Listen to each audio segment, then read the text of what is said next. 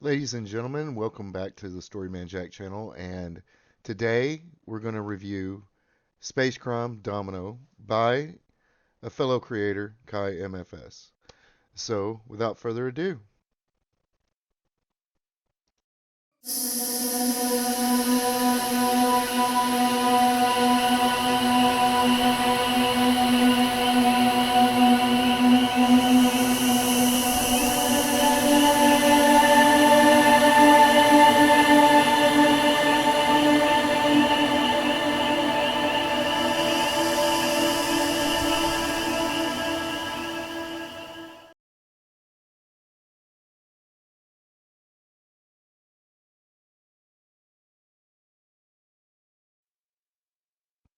this is a review that was long in coming.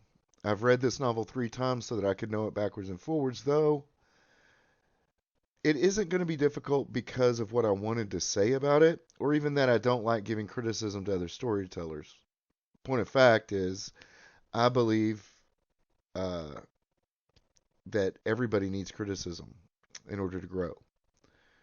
But I want you to get a relevant review that doesn't give it away, because it would be a damn shame if you don't experience this tale for yourself. Therefore, details, names, motivations will be rather vague, if necessary at all, because this is a non-spoiler review. I will link the Amazon page for the novel in the description below, and please consider making that purchase and providing a review of your own. Because of the nature of writing in the crime field is it's difficult to keep twists hidden. So I'm going to do everything I can not to give any hints away. Just know that the twists are there in glory and done very, very well. So let's go over the basics for this review. The characters. We're introduced in the beginning of the novel to young characters who are positioned as the protagonists. Teenagers in a shop class kind of thing. As we go, the relationships coalesce and motivations, though as confusing to these people as they are for us, are there and very well done. Through this story, one of the most important things that are completely necessary for a great, not good, not acceptable, but great story is that the characters change and grow.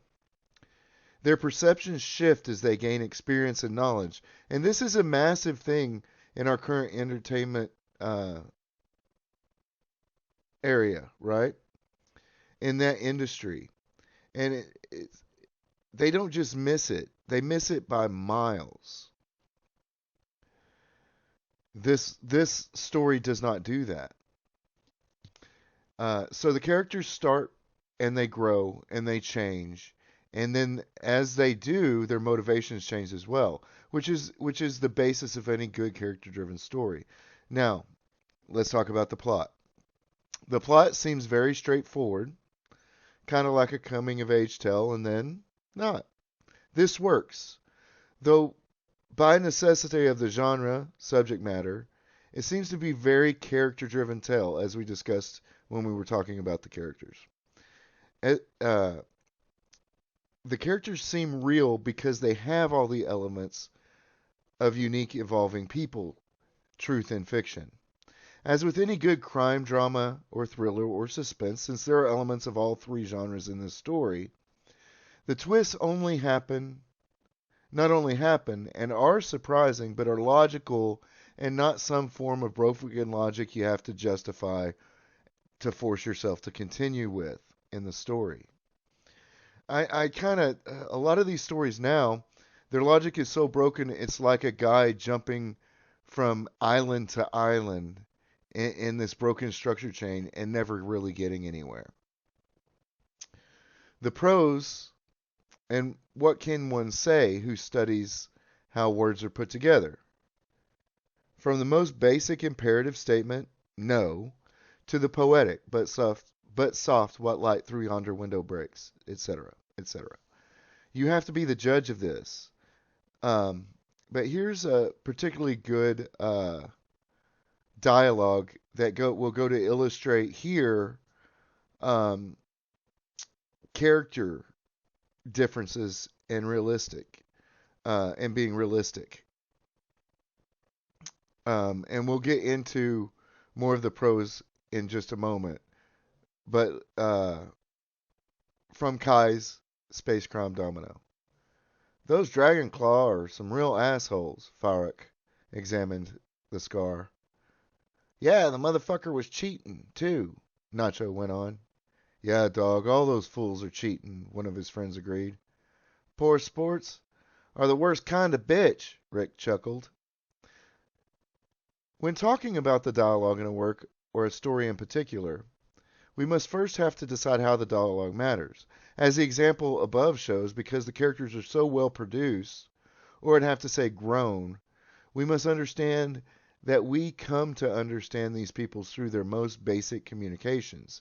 Here, this enhances the story because the dialogue sounds reasonable and true to the ear.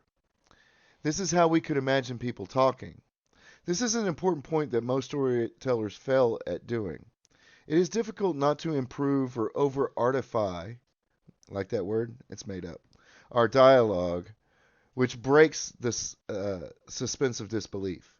Here are very few instances, or at least few enough that I didn't even notice them at doing.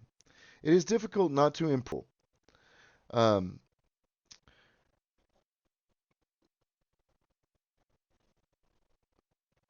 Now, continuing on with the prose, let's talk about the description, okay? This is the last, most basic thing that we're going to talk about.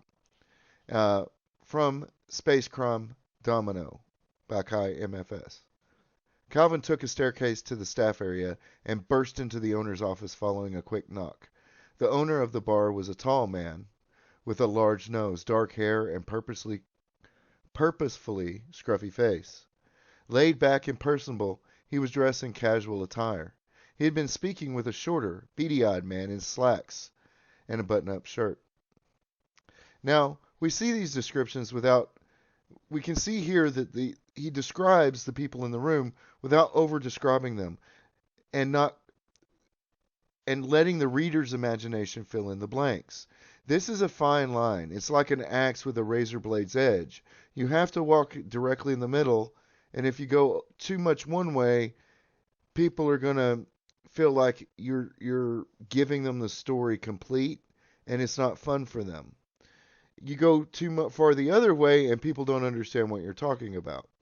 So that's an inherent, and it's an oversimplification, but that's basically what we do. Now, in conclusion, I know that first, this is a form of this review is a very analytical point of view. I love the story, and all the technical things I spoke to only exemplifies how everything must work together for a tale of this nature to work. Thrillers and dramas and crime stories are by necessity complicated, but this is told in a simple way that achieves, I believe, what it's going for, which is direct entertainment. And there's a lot of aha, that's cool moments in this story. This story works, and I believe others are going to do reviews and must admit that it's daunting to consider since we want to do so in a way that we don't spoil this novel. But also I want to give you a reason to buy and read this story. This self-published novel by a gentleman who just wants to make fun stuff on YouTube is as good as, if not better, than any new sci-fi or fantasy novel I've read in the last 10 years. So Kai, I want to thank you for producing this and sharing your talent with all of us. And to everybody else who's listening, I highly recommend you go and buy it and read it. And not just support a great guy who brings fun stuff to this community, but also because you'll definitely be losing out if you don't read it. So here's to you, Kai. Cheers, and great job, my brother. And until next time, we're all telling our own stories. Let's make it a great one. Good night, and have a great weekend.